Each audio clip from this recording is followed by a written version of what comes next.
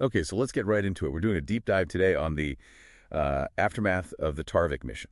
Specifically, the USS Arawyn's stop at Starbase 369. Right, and what's so striking when you look at the documentation is the massive gap between the official operational logs. And the human reality of it all, the trauma, the leadership changes. It's a huge disconnect. The reports are neat and tidy, but the reality was anything but. And it all starts right at the very top with Captain Corbin. Yeah, his executive officer, Commander Holt, just resigns out of the blue. Completely blindsided. And Corbin is, he's looking for answers, for some kind of closure. But he gets nothing.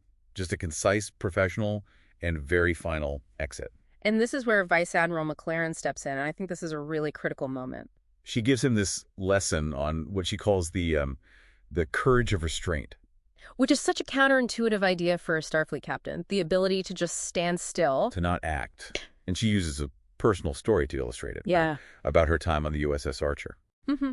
Her relationship with Captain Plaquemine was becoming unstable, so for the good of the ship, she stepped back. She accepted a limit. Exactly. A limit that served the mission, not just herself. And we see that theme pop up again almost immediately. With the new XO, Commander Susanna Battenberg. Yes. She's half Vulcan, and her reasoning for taking the post is fascinating. It's not because she wanted it. Not at all. She admitted she took it because she saw a logical need to face her fear. Her fear of returning to a starship after her experience on the Erasmus. She's actively confronting her own limits. It's the same principle, just applied differently. And speaking of clarity and self-awareness, the new chief engineer, Lieutenant Lelina Avans, is just as deliberate. I love her approach. She calls herself a Gammazoid Betazoid. Meaning she has little to no telepathy. And she frames that as a strength. In a chaotic place like engineering, she's not overwhelmed by all the mental noise. So her plan is just to observe first, to understand the rhythm before she changes anything. It's a very steady hand, which is what they need. So the new leadership seems to be bringing in this very self-aware structure, but underneath that, the rest of the crew is really struggling with secrets. we have to talk about Ensign Ryan Collingway. Ugh. On paper, he's overworking, he's in mandated counseling. It looks like simple burnout, but the weight he's carrying is just immense. This all goes back to his service on the USS Isia. It does. It's a terrifying story. His superior officer, a Benzite named Lieutenant Menden, was being assimilated by the Borg. Oh. And Menden, in his last clear moments, he ordered Collingway to kill him. Instantly. Why? I mean, why would he do that? To prevent a cultural catastrophe. He explained that if the Borg assimilated a Benzite, due to their unique physiology, it would cause mass hysteria, possibly even a civil war back home. So Collingway was forced to vaporize his own superior officer. On that officer's command.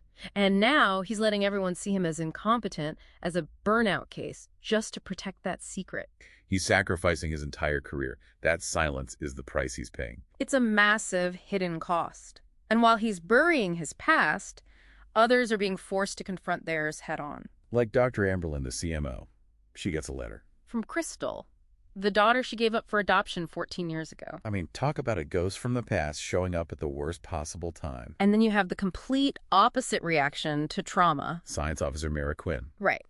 She's ordered to take shore leave, and her way of decompressing is to buy a questionable nebula sample. Gets spectacularly drunk and lands herself in a security cell. It just goes to show there's no single way to process these things, from profound secrets to just chaotic distraction. So when you look at everything, our deep dive really shows that mission success is never just about docking safely. No, it's defined by these quiet, often agonizing personal choices that the crew and the leaders make long after the action is over.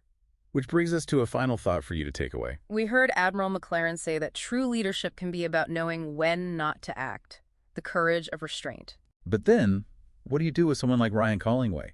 He was forced to take the ultimate, most permanent action imaginable. An action taken purely to prevent a greater political or cultural disaster. So here's the question. Is silence, that kind of absolute career-ending silence, sometimes the true price of service? Something to think about.